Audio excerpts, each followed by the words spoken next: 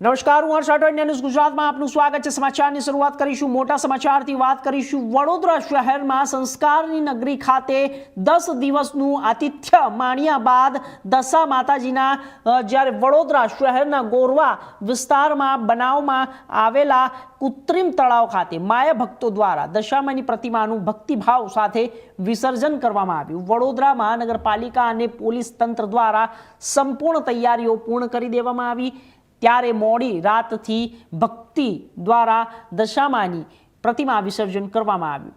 માઈ ભક્તો દ્વારા દશામાની 10 દિવસની ભાવ ભક્તિપૂર્ણ સેવા અને પૂજા અર્ચના કર્યા બાદ ગત મોડી રાતથી ગોરવા કૃત્રિમ તળાવ ખાતે વિસર્જન કરવામાં આવી રહ્યું છે। ત્યારે પોલીસ પ્રશાસન અને વડોદરા મહાનગરપાલિકા દ્વારા તરાપા લાઇટિંગ સાથે પોલીસનો સ્ટાફ અને ઉચ્ચ અધિકારીઓ સ્થળ પર મૂકવામાં આવ્યો છે।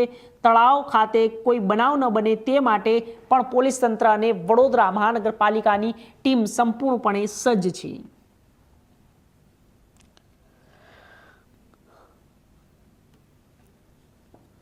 10 દિવસની દશામા વ્રત આજે સંપૂર્ણ થાય છે અને આને સાથે સાથે સમગ્ર શહેરમાં દશામા મૂર્તિઓની વિસર્જન થનાર છે।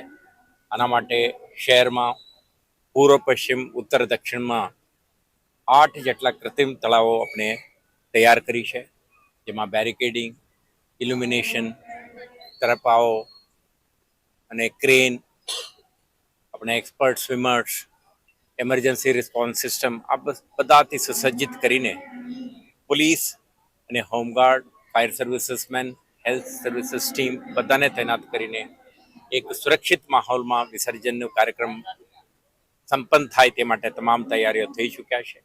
વડોદરા શહેર પોલીસ તરફથી વરિષ્ઠ અધિકારીઓ, 2000થી વધારે પોલીસ અધિકારી કર્મચારીઓ, સાથે સાથે હોમગાર્ડના માનદવેતકો તૈનાત રહેશે।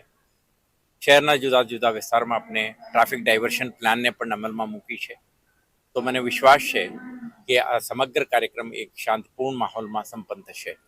શહેરવાસીને પણ આપણે અપીલ છે કે જાહેરનામાના પાલન કરો, બિનજરૂરી વાહન લઈને પ્રતિબંધિત વિસ્તારમાં પ્રવેશ કરવાની પ્રયાસ ન કરો અને સાથે સાથે જ્યારે વિસર્જન માટે તમે નીકળો છો ત્યારે બાળકો, મહિલાઓ, વરિષ્ઠ નાગરિકો, દિવ્યાંગો સુરક્ષાના પણ ખ્યાલ રાખે અને મોડી રાત્રિ સુધી ચાલનારા કાર્યક્રમ વખતે દરેક નાગરિક સતર્ક બનીને તંત્ર સાથે સાથ સહકાર આપીને આ કાર્યક્રમમાં જોડાય, જેથી કરીને શ્રદ્ધા ભક્તિ સાથે સાથે સુરક્ષાના મંત્ર પણ યાદ રાખે।